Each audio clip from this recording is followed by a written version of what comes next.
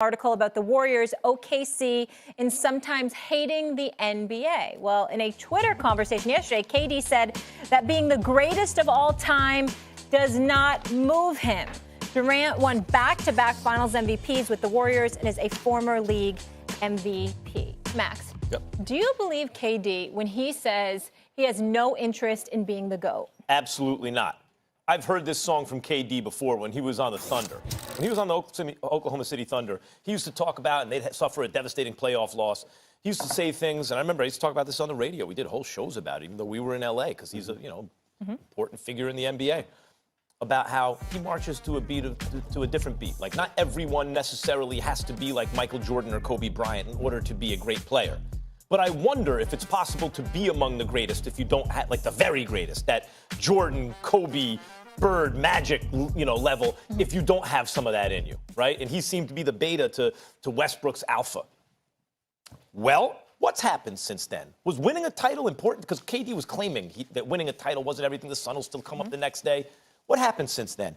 He made a career choice based on chasing rings that he's been roundly criticized for. So clearly winning a ring was extremely important to him, even though he said otherwise. And why is that? Because to be as great as Kevin Durant at anything, I don't care how tall you are or how gifted, you have to work so hard at it. And in order to put in that kind of work, you have to have a passion for it. You have to be next level competitive. So KD is all those things.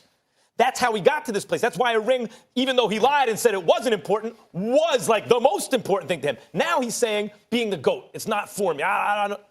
What kind of nonsense is that? You know why you choose the Brooklyn Nets? Because you do care about that, because you can never do it chasing, like just piling up rings on a team that can't lose in Golden State. Because people will correctly make the argument I make. You reverse engineered your greatness, brother. You went to a team that couldn't lose without you. Let's go, you lead a team to a championship that's not guaranteed. Now, Stephen A., his best days as a basketball player in terms of the level he's on, I'll bet you are behind him.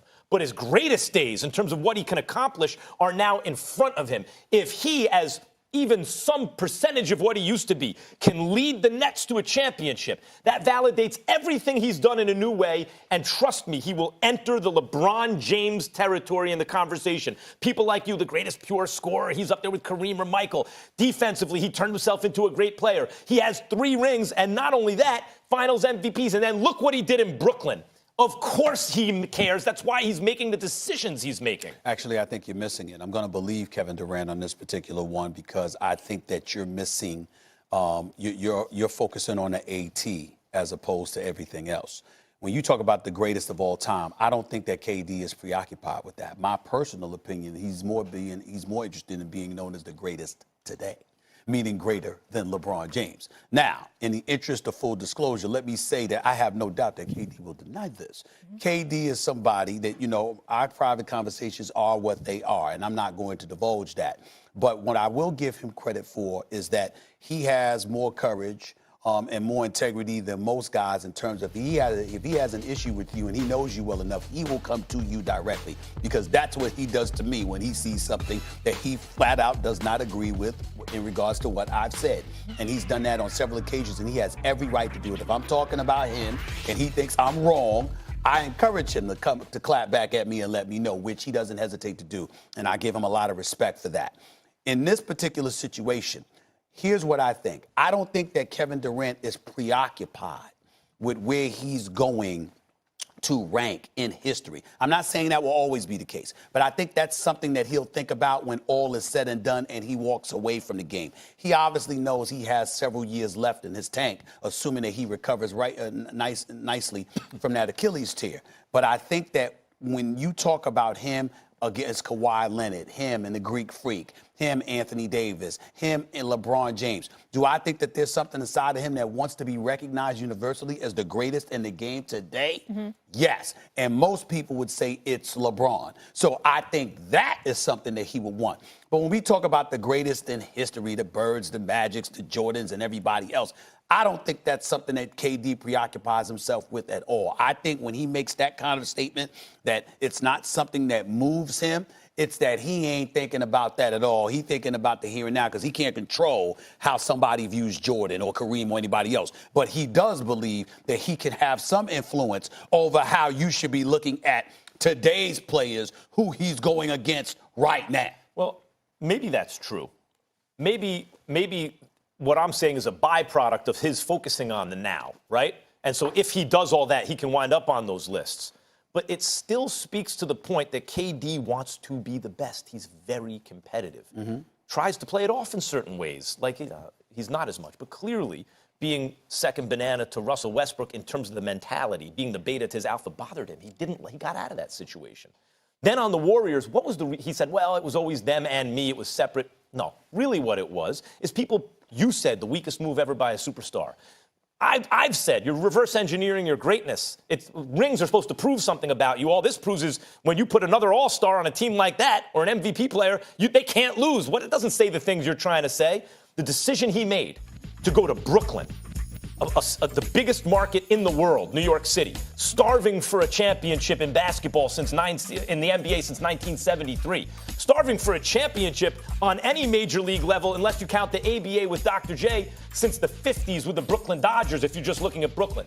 When you make that choice with all that pressure, the media scrutiny, without any guarantee you're ever going to win, what you're saying is, here's a challenge that I'm going to leave no doubt. I'm going to prove everything that people are saying about me wrong and validate everything. Yeah. If he does that, he's in the uppermost echelon. Couple of things to look at here. Number one, as you pointed out, Cleveland did win the championship, 4 years ago or so.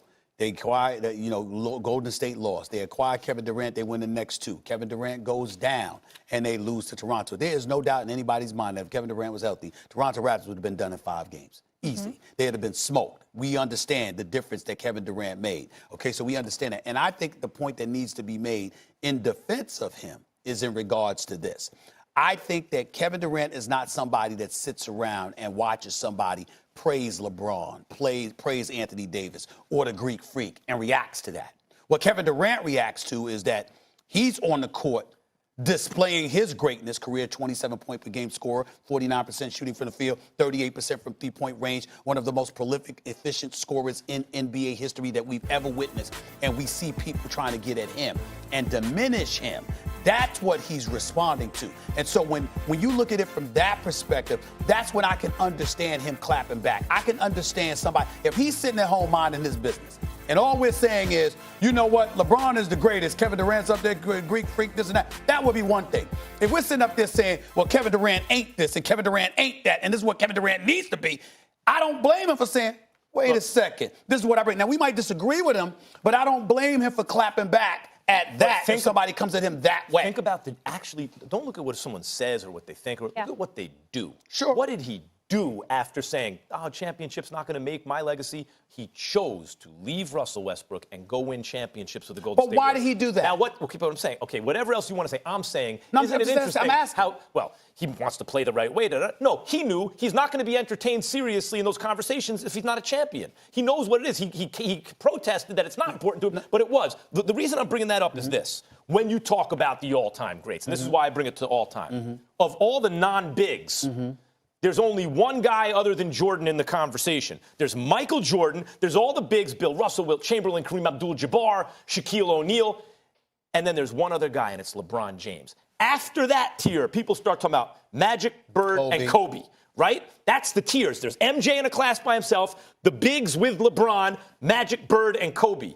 If KD, the decision he made was to join the conversation with LeBron, to say, like right now, he's not with Bird, he's not with Magic, he's not with Kobe, not quite. But what you're misconstruing is that I'm disagreeing with you about that. I am not. What I'm saying is, let's get into why he left Oklahoma City, not why he went to Golden State. All right. I'm saying when you think about why he left Oklahoma City, we talked a lot about the Russell Westbrook element. We didn't talk enough about the Sam Presti element. We didn't talk enough about the one, because Sam Presti certainly knows how to build a roster. He certainly knows how to be an executive in the NBA. There's no questioning the man. Listen, Oklahoma City is one of the top winning teams in the NBA over the last decade. There's nothing to question. On the fly. There's nothing to question about Sam Presti in regards to that. There's only one thing. You had Scott Brooks and then Billy Donovan. With the players, the players that you have. So you pick dudes that you were comfortable with, but may not have necessarily been the best guys. And I